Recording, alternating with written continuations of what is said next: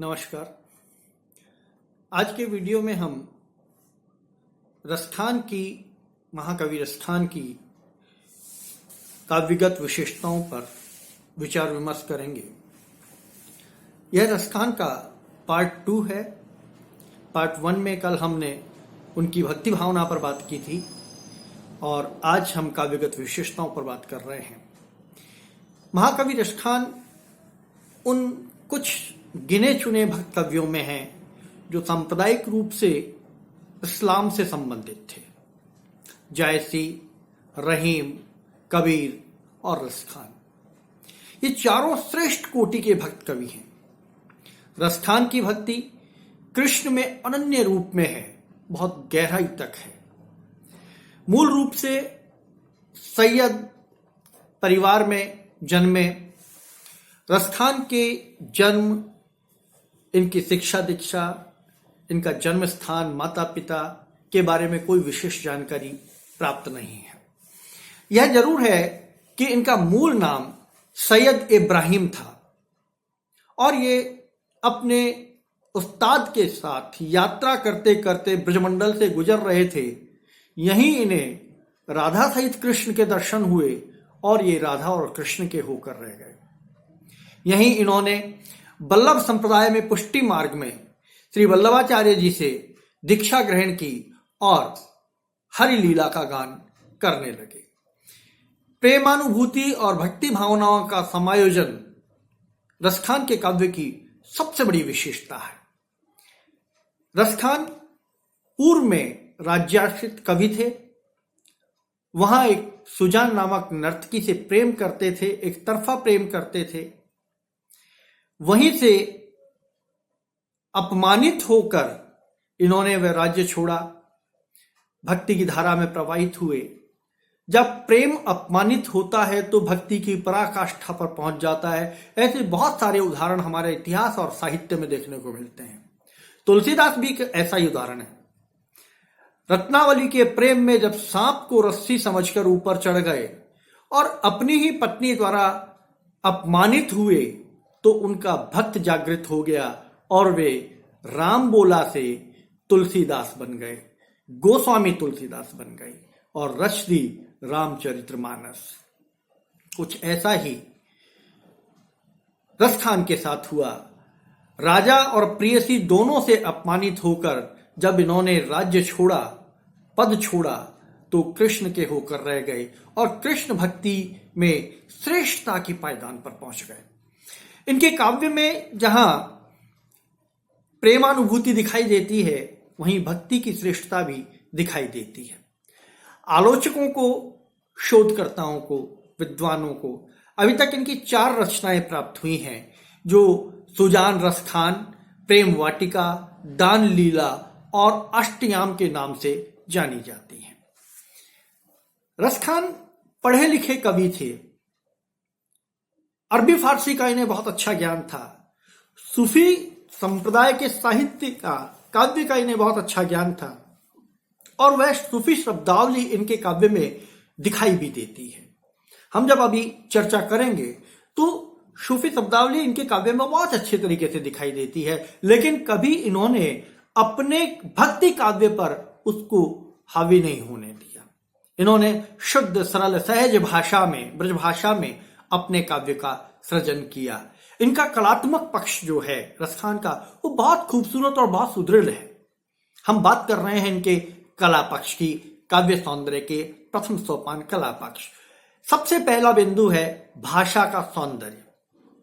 रसखान ने इस्लामिक होते हुए, अरबी फारसी का विद्वान होते हुए, मातृभाषा अरबी होते हुए ब्रज भाषा को जिस ढंग से इन्होंने पकड़ा और अपने साहित्य में प्रयोग किया, वह एक बहुत ही खूबसूरत उदाहरण है साहित्यिक भाषा की सरलता, सहजता और सौंदर्य का। इन्होंने ब्रज भाषा के लावण्य और उसके लालित्य को, उसके माधुर्य को अपना विषय बनाया, अपने बात कहने के माध्यम के रूप में उसको चुना और उन्होंने वक्रता, व्यंजना, लचीलापन, चित्रोपमता आदि सारे गुणों के साथ, प्रवाहमयता और सरलता के साथ इस भाषा को अपने साहित्य में या भाषा में अपने साहित्य को, अपने भावों को, अपनी भक्ति भावना को, अपने प्रेम भावना को प्रवाहित कर दिया। यह रसखान की ही विशेषता थी। लोकोक्ति और मुहावरों का जो सौष्ठव इनके काव्य में दिखाई देता है वह सहज है, प्रयास नहीं किया गया और प्रयास करके डालने की कोशिश नहीं की गई।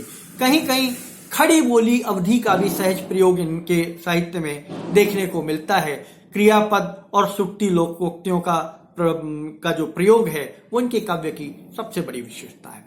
संक्षेप में हम कह सकते हैं कि भाषा की दृष्टि से रसखान की भाषा में कहीं कोई किसी भी तरीके की खामी नजर नहीं आती। भाषा वैज्ञानिक खूब चिराग लेकर ढूंढे तो भी इनकी भाषा में जो लालित्य, जो सौंदर्य, जो प्रवाहमयता, जो सरसता, जो माधुर्य है वह बहुत कम कवियों के काव्य में देखने को मिलता है। अतः रसखान की भाषा उनके भावों की अभिव्यक्ति का सबसे सशक्त माध्यम है और बहुत खूबसूरती के साथ रसखान की भक्ति भावना को इस भाषा ने प्रवाहित किया, प्रसारित किया। अगली विशेषता है काव्यगत विशेषता, कलात्मक विशेषता जो इनकी है वह है अलंकार योजना। रसखान की भाषा जिस तरह से प्रवाहित होने वाली है, सहज है, वैसे ही अलंकार भी इस भाषा में सहज रूप से प्रवाहित होते हैं, अपने आप आते हैं। कहीं प्रयास नहीं किया गया अलंकारों को आरोपित करने का। आमतौर पर अनुप्रास, यमक, पूर्णोपमा, रूपक, उत्प्रेक्षा, अतिशयोक्ति अलंकारों का प्रयोग रसखान ने बहुत अच्छे से किया। उदाहरण के तौर पर जैसे अनुप्रास, छकी छैल छबीली छटा छहराई के कौतुक कोटि दिखाई रही। देखिए छह छह छह छह छह की का सौंदर्य, यह इनके अनुप्रास अलंकार को परिभाषित करता है, अनुप्रास के सौंदर्य को परिभाषित करता है। इसी तरह यमक में त्यों रसखान वही रसखान जो है रसखान सो है रसखान, सौंदर्य अलंकार का कितने सहज तरीके से उन्होंने अपने नाम को अलंकारों में पिरोकर प्रस्तुत कर दिया। रूपक को देखिए, बोह कमान सुजोहन को खेंजन नैन फंसे पिंजरा छवि देखिए, कि नए नेत्र हैं वो पिंजरे में बंद पक्षी की तरह है, खंजन पक्षी की तरह है। कितना खूबसूरत वर्णन किया है रूपक अलंकार का। और उत्प्रेक्षा में देखिए, छोड़े नहीं छिनहु रसखान सो लागी फिरे द्रुम जो जनु बोली। जनु जानो मनु मानो का सहज प्रयोग जहां होता है उत्प्रेक्षा अलंकार होता है। और रसखान ने बहुत सहज भाव से अपने साहित्य में अलंकारों का प्रयोग किया। अगली विशेषता में आता है छंद विधान। रसखान ने विशेष रूप से तो सवैया छंद का प्रयोग अपने काव्य के लिए किया है, अपने साहित्य में किया है, लेकिन कहीं कहीं उन्होंने दोहा और सोरठा छंदों को भी इस्तेमाल किया है। और सहज भाव में अधिकतर सवैया छंद का उन्होंने प्रयोग किया है। और सवैया में मतंग, दोर्मिल, किरीट और मद्रा सवैयों का उन्होंने बहुत अधिक प्रयोग किया है। इसके अतिरिक्त उन्होंने बहुत सारे दोहों में, प्रेम वाटिका जो उनका ग्रंथ है उसमें उन्होंने दोहों का प्रयोग किया है। उन्होंने सुजान रसखान में कुछ सोरठे भी लिखे हैं। तो प्राय जो प्रमुख प्रचलित जो छंद विधान उस समय का था, रसखान ने उसका ही प्रयोग किया और बहुत सरल, जो बहुत पाठकों के, श्रोताओं के हृदय के नजदीक जो छंद था उसका उन्होंने, जो सवैया छंद था उसका उन्होंने बहुत अधिक प्रयोग करके अपने साहित्य का सृजन किया। तो अच्छे छंद विधान के चलते रसखान का साहित्य भी बहुत खूबसूरत और अच्छा बन पड़ा। भावाभिव्यक्ति बहुत अच्छी छंद विधान के माध्यम से प्रस्तुत की। अगली विशेषता है प्रतीक योजना। वैसे तो रसखान का नाम ही अपने आप में प्रतीक योजना के अंतर्गत आता है, लेकिन प्रतीक योजना के रूप में रसखान ने कोई बहुत ज्यादा प्रयास नहीं किया और बहुत ज्यादा प्रतीकों का इस्तेमाल नहीं किया। यदा कदा कहीं प्रतीकों का इस्तेमाल इनके काव्य में कहीं कहीं हुआ है। परमात्मा और प्रिय के रूप में, प्रतीक रूप में, जैसे सुजान है वो प्रिय के रूप में भी है और परमात्मा के प्रतीक के रूप में भी है। इसी तरह के विशेष रूप से तो सुजान ही सबसे बड़ा प्रतीक इनके साहित्य का है। तो विशेष कोई प्रतीक योजना इनकी नहीं थी। रस योजना, श्रृंगार के संयोग पक्ष का वर्णन इनके साहित्य में बहुत अधिक मात्रा में है।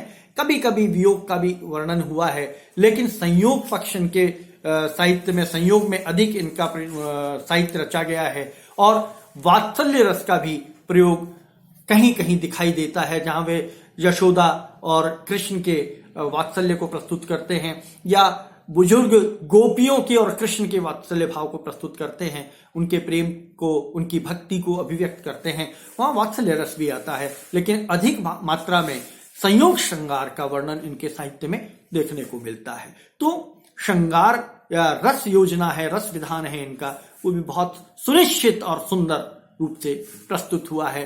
अगला बिंदु जो इनका है वह है प्रेम के भावना को अभिव्यक्त करने की विभिन्न व्यंजनाएं।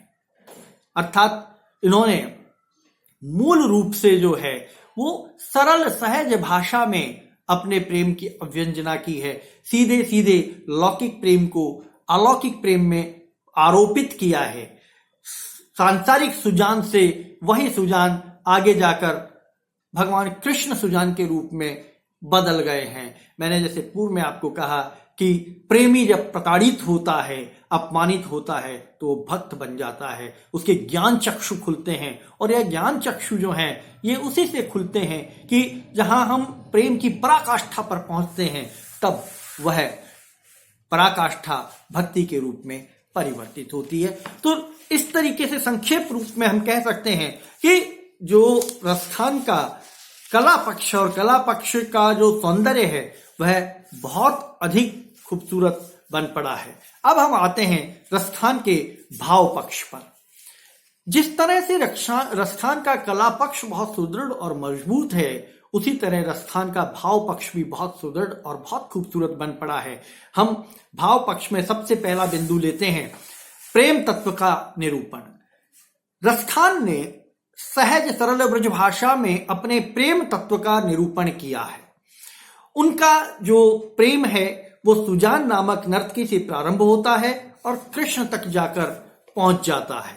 वे कृष्ण को ढूंढते ढूंढते पूरे ब्रजमंडल में घूमते हैं और अंत में कृष्ण को पर्णकुटी में राधा के पांव के पास बैठा हुआ पाते हैं। भक्ति वहीं से प्रस्फुटित होती है।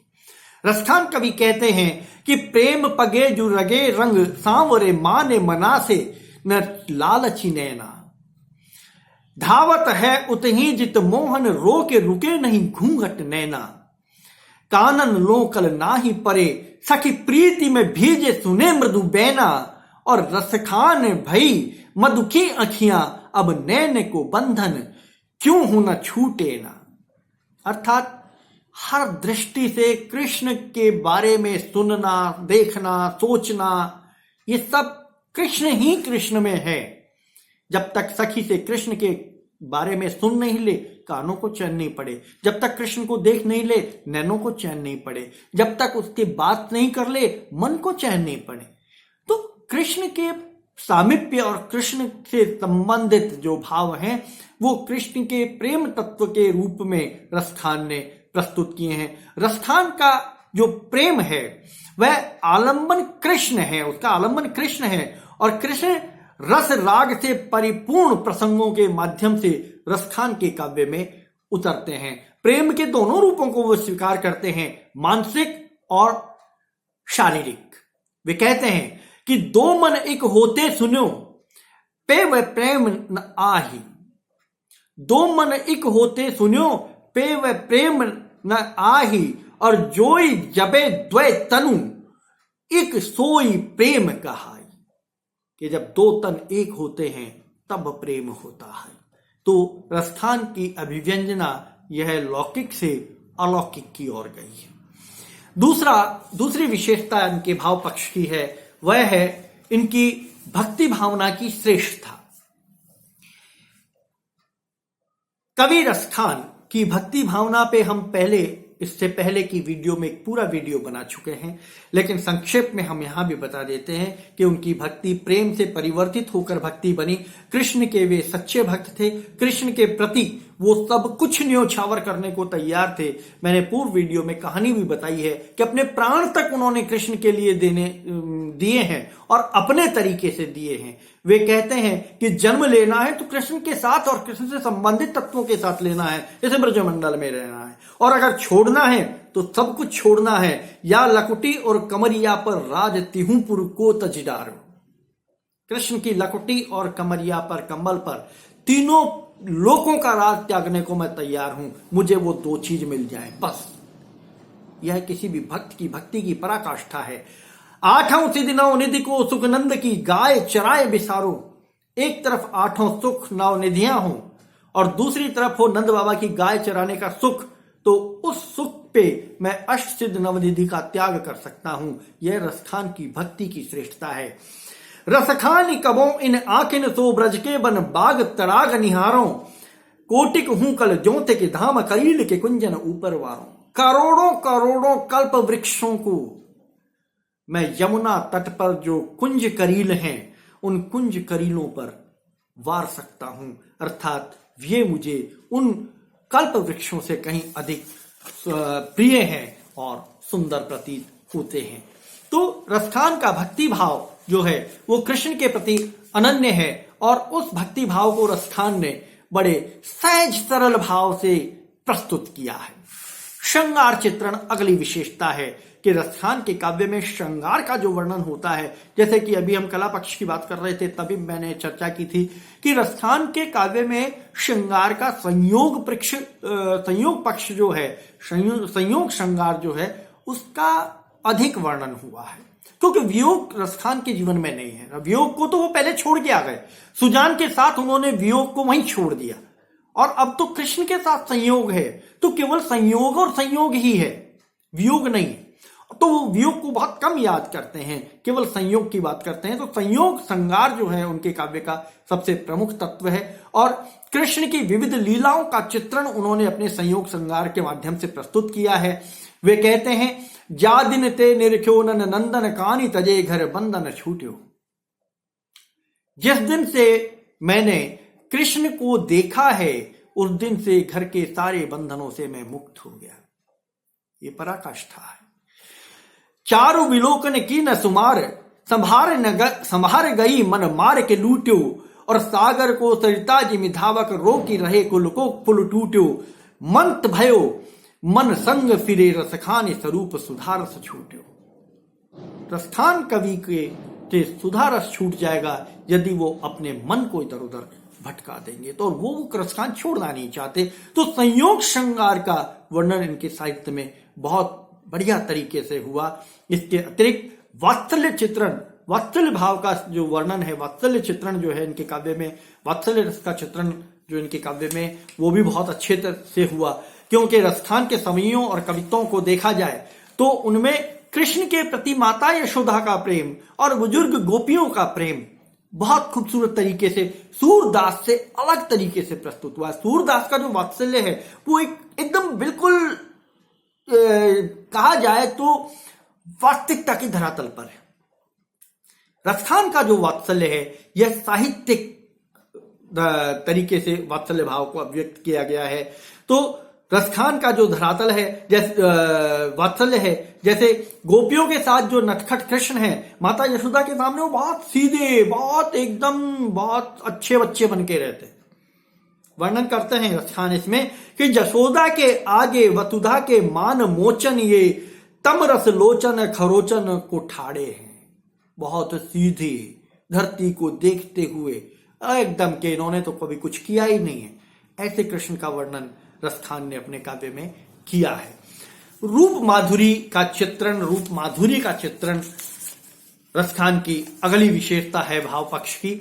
इसमें रसखान के सौंदर्य का वर्णन उन्होंने किया है, कृष्ण के सौंदर्य का वर्णन उन्होंने किया है और कृष्ण के संपूर्ण सौंदर्य को उन्होंने शब्दों में पिरोया है रूप माधुर्य में। तो वे कहते हैं, कल कानन कुंडल मोर पखा उर्पे बन राज विराजती है। मुरली कर में अधरा मुस्कानी तरंग महाछवि छा जाती है। कृष्ण के संपूर्ण सौंदर्य को एक दोहे में इन्होंने रख दिया कि कृष्ण जो है कल कानन कुंडल मोर पखा, कानों में कुंडल के रूप में मोर के पंख हैं। उर्पे बनमाल विराजती है, बैजंती माला हृदय पर सुशोभित हो रही है। कर में मुरली हाथ में सुशोभित हो रही है। अधर मुस्काने होठों पर मुस्कुरा रही है और तरंग महाछवि छा जाती है। और इस रूप को देखकर महाछवि जो इनकी उपस्थित होती है सौंदर्यमयी, वह देखने योग्य है। तो कहने का तात्पर्य, रसखान के काव्य में भाव पक्ष और कला पक्ष बहुत खूबसूरत है। इनके यह बहुत महत्वपूर्ण प्रश्न भी है परीक्षा की दृष्टि से, इसलिए इनके कला पक्ष और भाव पक्ष को आप बहुत तरीके से बिंदुवार पॉइंट्स में आप इसको तैयार कीजिए। और एक बार लिखना शुरू करेंगे, 2 बार आप इस वीडियो को सुनेंगे, आपका प्रश्न तैयार हो जाएगा। इस प्रश्न को तैयार कीजिए। आप और आपके साथियों ने यदि इस चैनल को सब्सक्राइब नहीं किया है तो इसको सब्सक्राइब करवा लें, अपने साथियों को भी करवाएं और वीडियो को लगातार देखें ताकि आपका अध्ययन सुचारू रूप से चल सके। नमस्कार।